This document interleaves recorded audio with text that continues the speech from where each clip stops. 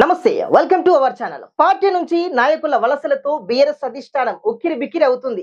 Majority నేతలు కాంగ్రెస్ లో చేరుతుంటే మరికొంతమంది బీజేపీ గూటికి వెళ్తున్నారు. ఒక్కొక్కరు వెంట ఒకరు కారు దిగుతూ హస్తంతో దోస్తీ కడుతున్నారు.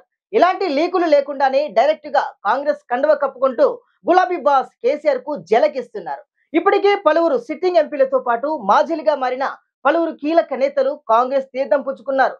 అయితే ఇప్పుడు సిట్టింగ్ ఎమ్మెల్యేల వంతు వచ్చినట్లు వార్తలు వస్తున్నాయి.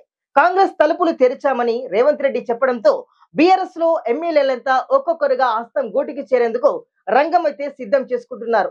ఇక బీఆర్ఎస్ లో సెంటర్ ఆఫ్ అట్రాక్షన్ గా ఉన్న మాజీ మంత్రి మల్లారెడ్డి ఇవాళ రేపో కేసీఆర్ కు గుడ్ బై చెప్పేందుకు కూడా రెడీ అవుతున్నట్లుగానైతే మనకైతే తెలుస్తా ఉంది. ఇప్పటికే ఆయన తెలంగాణ కాంగ్రెస్ నేతలతో మంతనాలు జరిపి వర్కౌట్ అవ్వకపోవడంతో కర్ణాటక డిప్యూటీ సీఎం డికే శివకుమార్ తో లాబింగ్ చేశారు. దానికి సంబంధించిన ఫోటోలు సోషల్ మీడియాలోనైతే వైరల్ అయ్యాయి. ఇదందరికీ తెలిసిందే. ఇప్పుడు కాంగ్రెస్ లో చేరేందుకు ఆయనకు మార్గం సుగమనం అయ్యిందని తెలుస్తుంది. డీకే నుంచి రిటర్న్ కాల్ వచ్చినట్లు ప్రచారం అయితే నడుస్తుంది. అయితే మల్లారెడ్డి కొడుకు కోసం మల్కాజ్గిరి టికెట్ అడుగుతున్నారట. అయితే ఈ విషయంలో ఇంకా క్లారిటీ లేదు. మల్లారెడ్డి త్వరలో ప్రియాంకను కూడా కలిసే ఛాన్స్ ఉందని కూడా తెలుస్తుంది.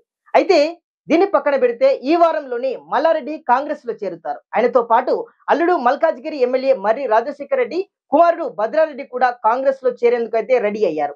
ఒకవేళ మిస్ అయితే బీజేపీ గూటికి అయినా చేరిపోతారు, కానీ బీఆర్ఎస్ లో కొనసాగే పరిస్థితి అయితే లేదు. కవిత అరెస్టు తర్వాత బీఆర్ఎస్ శ్రేణులు భయాందోళనకు గురయ్యాయి. ఇక అందుకే సేఫ్ గా కాంగ్రెస్ లో లేదా బీజేపీలో చేరేందుకైతే పలువురైతే సన్నద్ధమవుతున్నారు, సిద్ధమవుతున్నారని చెప్పుకోవచ్చు. చూద్దాం ఇంకా కాంగ్రెస్ లో ఎలాంటి మంది ఎంతమంది చేరుతారో వేచి చూడాల్సింది.